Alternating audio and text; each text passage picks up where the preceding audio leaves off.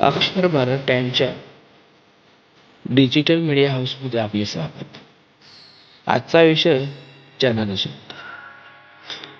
बाळ जन्माला आल्यानंतर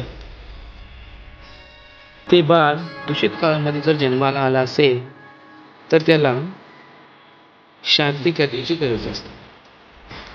तर कोणत्या कोणत्या तिथीवर आल्यानंतर ती शांती करावी लागते, नक्षत्र कोणते, योग कोणते, त्याची इथं माहिती देतो.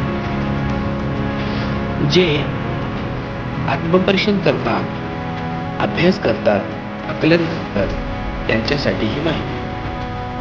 तर पुरुष चतुर्दशी, अमावस्या, क्षय तिथी, अश्विनीची पहिली 48 मिनिटे, पुष्याचा दुसरा व तिसरा चरण, अश्विनीच्या पूर्ण नक्षत्र, मघा प्रथम चरण, उत्तराचा प्रथम चरण, चित्राचा पूर्वार्ध, विशाखाचा चतुर्थ चरण, ज्येष्ठा पूर्ण नक्षत्र, मूळ पूर्ण नक्षत्र, पूर्व आषाढाचा तिसरा चरण, रेवतीची शेवटची 48 मिनिटे.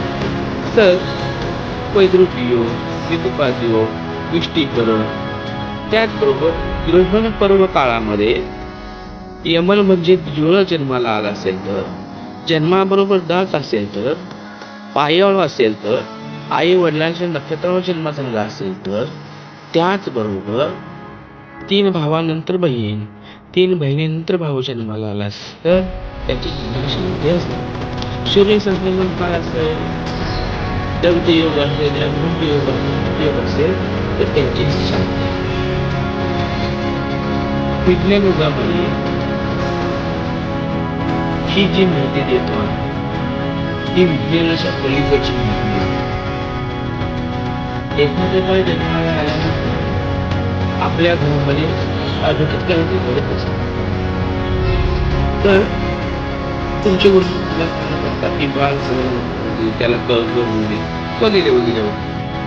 मात्र बाळ जन्माला आल्यानंतरच कोणतंही तिथी, कोणताही योग न पाहता 12व्या दिवशी ही शांती करायची असते आणि त्याचे चांगले परिणाम हे बघायला मिळतातच.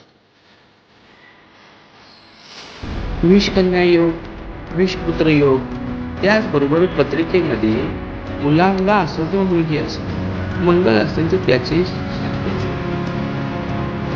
गेल्या 20 वर्षाचे संशोधन केल्यानंतर मला असं आढळून आलं की संलग्न शांती असतो. संलग्न शांती झाल्याशिवाय कोणतंही आपल्याला यश मिळत नाही. संलग्न शांती 2 दिवस चालते, कधी 3 दिवस चालते. गेली 20 वर्ष या विषयावर मी अभ्यास करतो. इतिहास विज्ञान शाखेचा मी विद्यार्थी. आज मुलगा विज्ञानाच्या भाषेमध्ये अध्यात्माच्या गर्भात विज्ञानाचा जन्म झाला हे वाक्य कळायला आपल्याला अनेक दिवस तपश्चर्या करायला. आपण विज्ञान विज्ञान विज्ञान म्हणत अध्यात्म नाकारतो आहोत आणि अध्यात्म नाकारल्यामुळे अनेक प्रसंगाने, वाईट प्रसंगाने अपयश आपल्याला तोंड द्यावे लागत आहे. हा माणूस विसरूनच गेलेला आहे.